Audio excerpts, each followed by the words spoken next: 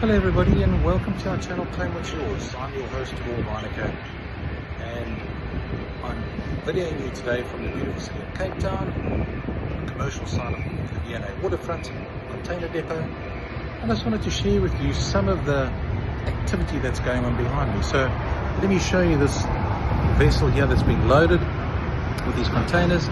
So many years ago, before containerization, our clients would ship goods in boxes or pallets or bags, and that stuff would be put into nets, and the same cranes would be used. So you see that dirty great big crane there, which that crane would be used, and it would be used to pick up like a cargo net. So there's a big truck coming past me now.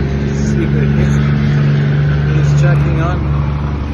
He's going out of the port. He's busy taking something to go and drop it off. So there would be a big cargo net that would be hooked up onto the crane. Let's just see the crane there, hooked up onto the crane, pulled up onto the ship and then stored.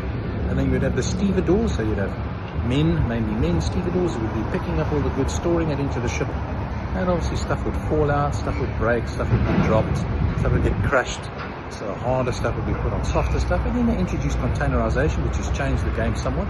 So the amount of damages in transit are now just about nothing, unless there's a major storm and a container gets washed overboard or a container gets dropped. And as you see, that can happen quite easy. It doesn't happen very often, but it can happen, and there would obviously be damage to your goods at the site. So containerization, full container load. When you ship goods overseas, make sure you can fit it into a container. There's another one, an empty truck coming across to come pick up a container that's going to be delivered to another container depot.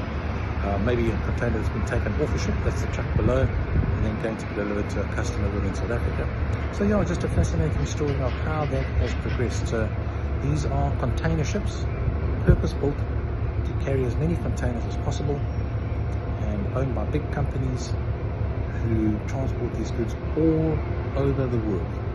So you get your stuff, you put it in a container, they charge you freight to transport it, they give you a container, and that's your little box for 2 or 3 weeks.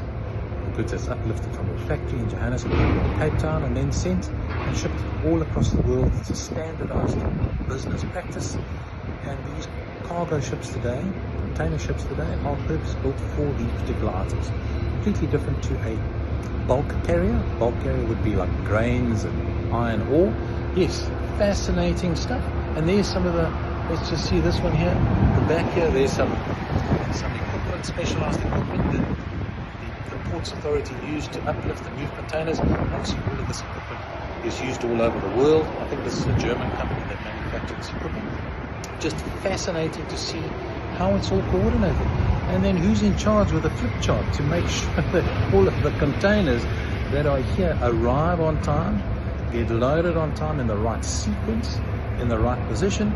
Because obviously the last container on is the first container off. You can't have a container that's loaded in the depths of the ship wanting to get off first. So it's all going to be coordinated. It's a science project.